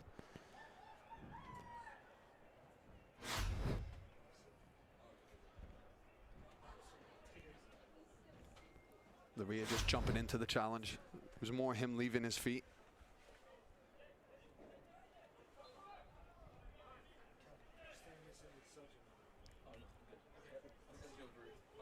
Perfect, thank you.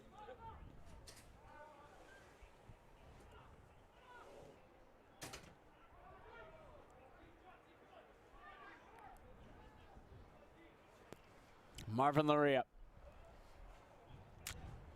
Blanco wanted it. Rather, Langsdorff wanted it, didn't get it. Now Miller into Laria. Laria chipping towards Langsdorff, and it's a little bit too far for him.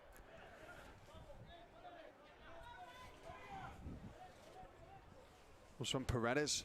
And Paredes, that pass into Langsdorff. It's one I think he should be connecting with. Langsdorff, he found himself a nice little space in between defenders.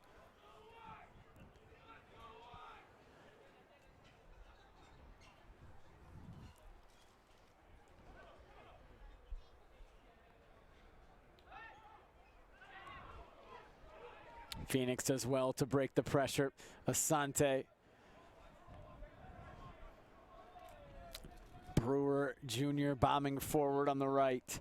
First time cross. Dielna heads it away. Only as far as Musa. Asante. Oh, good ball in. It comes off Cascante. And then it's dealt with. It was Fernandez the target in the box.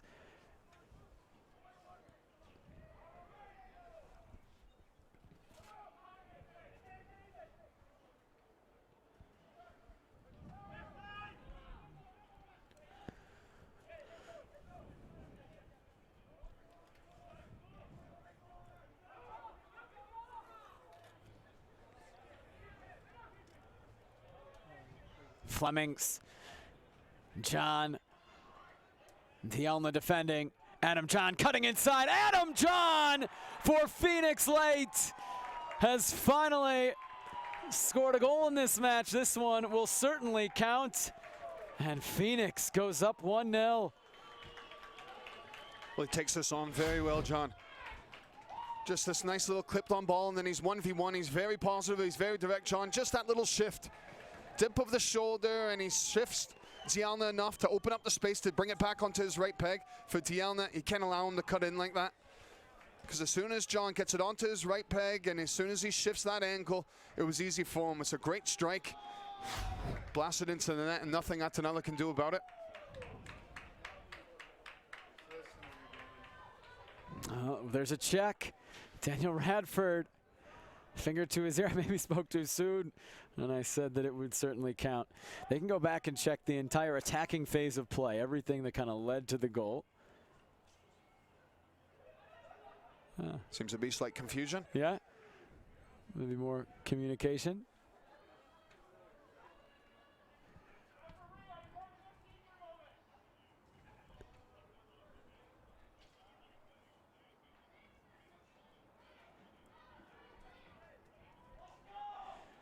You say everything with John going through, and he's taking the ball down, was what you speculate is that a shot of handball could have been prior to that. Is there a foul in the attacking phase of play, building up to the goal? Even going back to Flemings and before that, everything that led directly to the goal. So here's all the way from the keeper.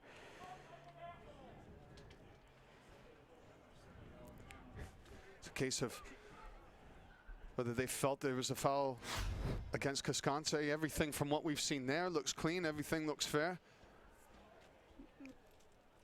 Could be. John kind of outstretched his arm, but it looked like from that angle and live that he took it off his chest. That could be the foul. You know, are they saying that was a foul on John? That's definitely off his chest.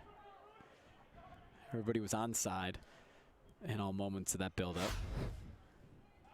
Seems to be taking quite a while for the referee to understand. And it's another review. Well, Daniel Radford, and more than him, but his video review team has had a lot of work to do today. This is the second review on an apparent goal. The first one, Christian Paredes in the 80th minute thought he had put the Timbers ahead. That was taken away because of an offside. That was more clear, I think, than this.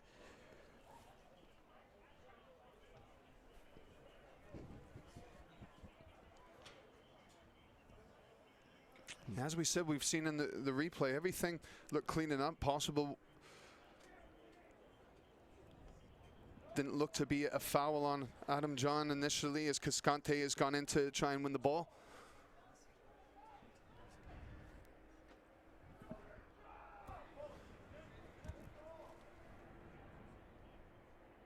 So Daniel Radford is calling Luigi Mala over. We've been told that they were looking actually at a possible red card.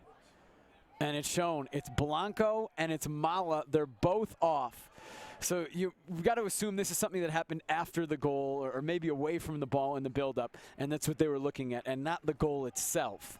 Luigi Mala and Sebastian Blanco, both shown red cards, both sent off in stoppage time. Well, little complaint from Mala. And Blanco wanting to have a word with the referee before he's walking off the pitch as well, but there is little complaint between the two players. As we see, the goal looked clean, everything that we were looking through, and we'll see the goal will stand. Junior Fleming said something to him. They shared a little chuckle, Blanco and Flemings. So they're both off. The goal has stayed. We're going to have a minimum 5 minutes of added time now. That's more a smile of disbelief, more Blanco. You wonder that he didn't put up an argument thinking it's the end of the match. There's no need, but you just wonder if Blanco's a little mystified about that decision on him.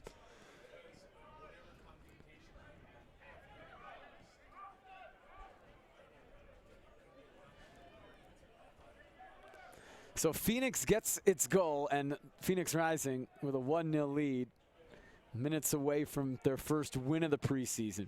And the Timbers minutes away from their first loss. Miller tried to keep it in play, was unable to.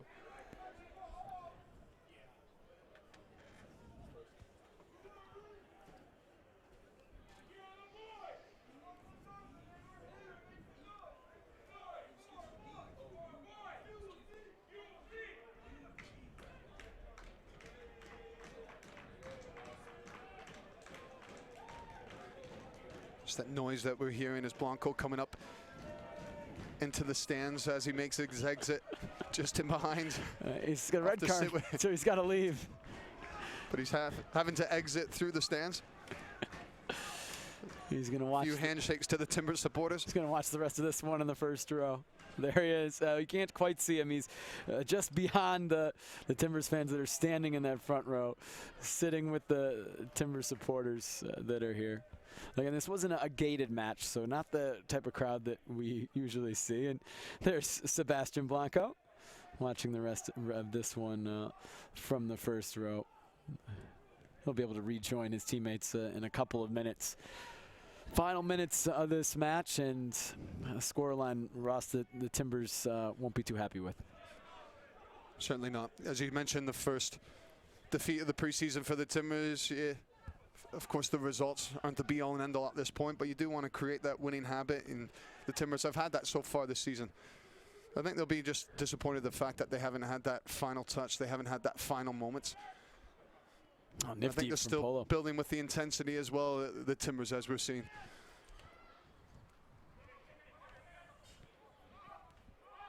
Still time to get an equalizer in this match.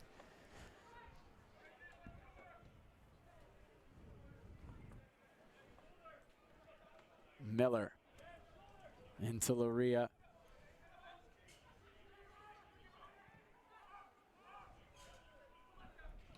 Cascante over to Polo. Moreira behind Williamson. And Carl Wasinski is going to take as much off this clock as he can.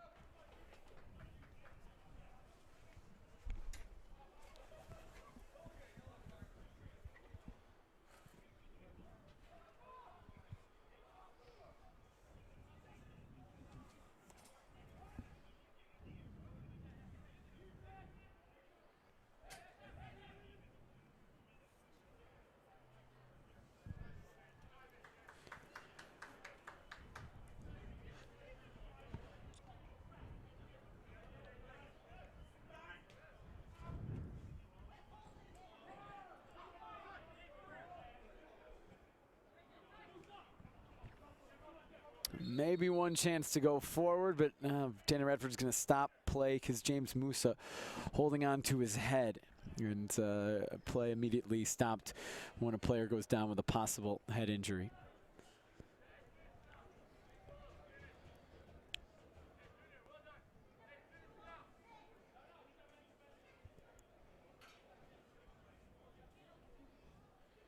And Teddy Radford with his finger to his ear briefly. And when a referee puts his finger to his ear, that indicates he's communicating with his video assistant referee. Musa to his feet.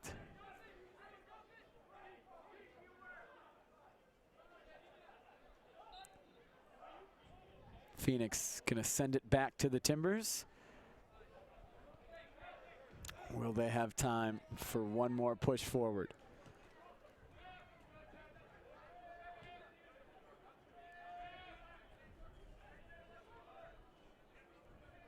Musa waved back onto the field.